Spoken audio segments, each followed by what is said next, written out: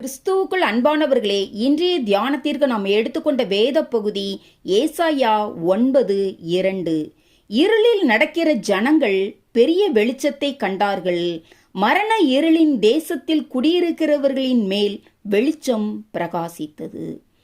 ஏசாயா தீர்க்கதரிசியின் மூலம் சொல்லப்பட்ட இந்த வாக்குத்தத்தம் ஆண்டவராகிய இயேசுவில் நிறைவேறிற்று என்று மத்தேயு 4:15-16 பார்க்கிறோம். தேவனுடைய வார்த்தை இவ்விதமாய் நிறைவேறினதை பார்க்கும் பொழுது தேவ வார்த்தையின் மேல் வைத்திருக்கிற விசுவாசம் நம்மில் அதிகரிக்கும். இயேசு கிறிஸ்து பிறப்பதற்கு முன் ஏறக்குறைய 400 ஆண்டுகள் யூத சரித்திரத்தில் இருண்ட காலமாக இருந்தது. அவ்விதமான காலத்தில்தான் இயேசு மகா பெரிய இரட்சிப்பின் வெளிச்சமாய் அந்த மக்கள் மத்தியில் பிரகாசித்தார். இதைத்தான் யோவான் 8:12 மறுபடியும் இயேசு ஜனங்களை நோக்கி, நான் உலகத்திற்கு ஒளியாயிருக்கிறேன், என்னை பின்பற்றுகிறவன் இருளிலே நடவாமல் ஜீவ ஒளியை அடைந்திருப்பான் என்றார். இயேசுவே மெய்யான ஒளியாயிருக்கிறார் என்று யோவான் 1:9 பார்க்கிறோம்.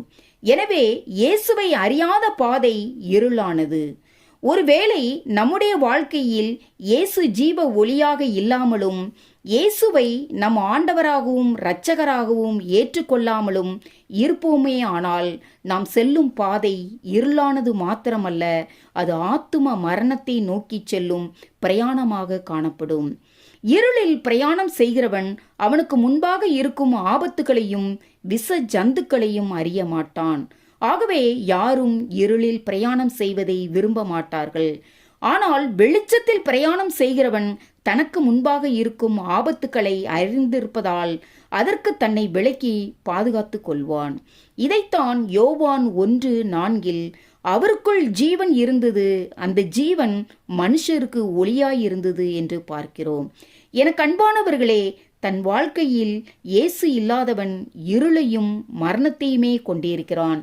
ஆனால் இயேசுவை உடையவன் வெளிச்சத்தையும் ஜீவனையும் கொண்டிருக்கிறான் என்பதை நாம் அறிந்தவர்களாய் நம்முடைய வாழ்க்கையில் மெய்யான ஒளியாகிய இயேசுவை ஜீவ ஒளியாக பெற்றுக்கொண்டவர்களாய் உலகமெங்கும் வெளிச்சத்தையும் ஜீவனையும் பிரகாசிக்க தேவன் தாமே நம் ஒவ்வொருவருக்கும் கிருபை புரிவாராக. ஆமேன். அல்லேலூயா.